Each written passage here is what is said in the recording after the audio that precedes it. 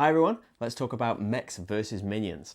And if you saw my top 10 of 2016, it was in there, and I love this game. I'm not sure I'll be able to say anything that hasn't already been said about Mechs versus Minions, but you know, the component quality, as a lot of people have said, it's ridiculously high for the price that you pay because it's coming directly from Riot Games. It's a ridiculous amount of stuff in the box for, was it 80 euros, I think? Or 75? Anyway, the character models come pre-painted. The minions all have a wash on them. They're not painted, but they've got a wash to kind of give them a little bit of detail. All look really, really nice. All, like, if you've seen anything of League of Legends or if you play it, you know that they look exactly like the things in the game. You know that even the artwork on the boards and everything is just like you would expect from the Summoner's Rift or something. The programming is really nice. It's got a really nice kind of balance between order and chaos, depending on what you've managed to do, or if you're taking too much damage, the chaos might tip over.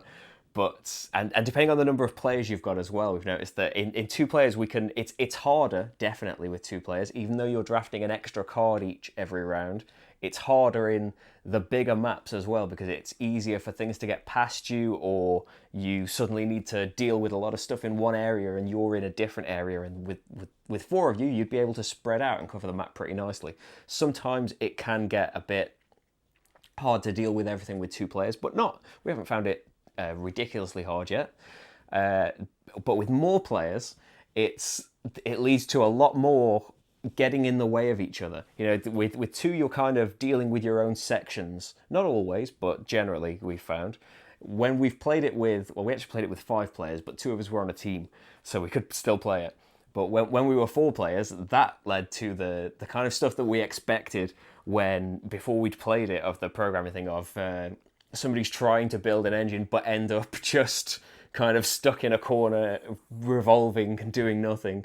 You know, they've just got a rotate card and a walk forward card and are just kind of doing the same thing, trying to snap out of that pattern that isn't doing anything useful. And there's a lot more bashing into each other accidentally. That's a really nice thing because it's not really. Sometimes it's intentional and it works really nicely because you can take out minions and things.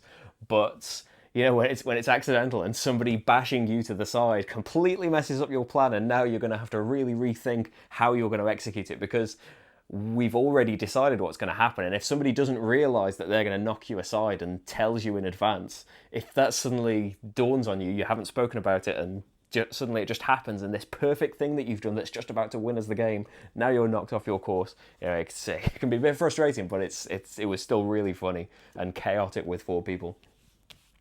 So yeah, really, really enjoying everything about it at the moment. The component quality, the progression of the missions. It's not really legacy, but you are, you know, progressing. It's a really nice gateway game because the rules are very, very simple and laid out in a really nice way. It's got the seemingly becoming standard thing now of having a quick play guide and then another book that's kind of a reference to, you know, terms that you might have forgotten about.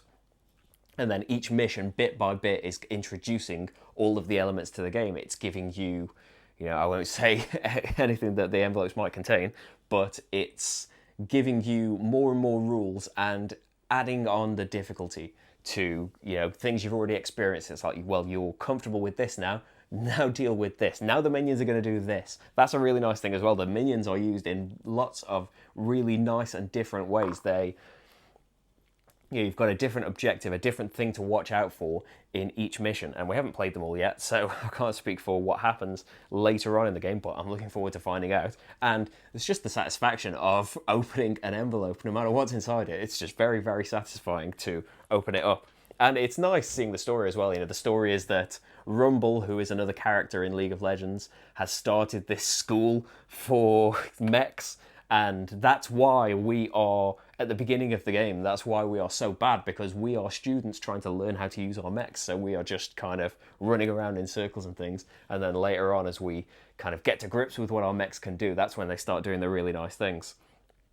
And there's a really nice story so far in what's going on. There are a lot of, I haven't got the rules in front of me, but they're on the I think it's one of the envelopes or one of the reference cards. It's got a thing on the back that kind of talks about the characters that aren't in the game. You know, if you are a fan of League of Legends, the game, there are a few little Easter eggs that we've noticed that are, well, not Easter eggs, but like the, you know, references that you would get and find funny if you were, you know, a player. Like it referenced why Teemo, who's an infamous character from League of Legends, why he isn't in the game, and it had to do with a specific thing that was going on in the League of Legends game at the time. So really nice, you know, tie-in. It's definitely made with a lot of love. You can see that in the components, in, you know, the way that it's all laid out and all ties in really nicely with the universe that, you know, exists in the game itself.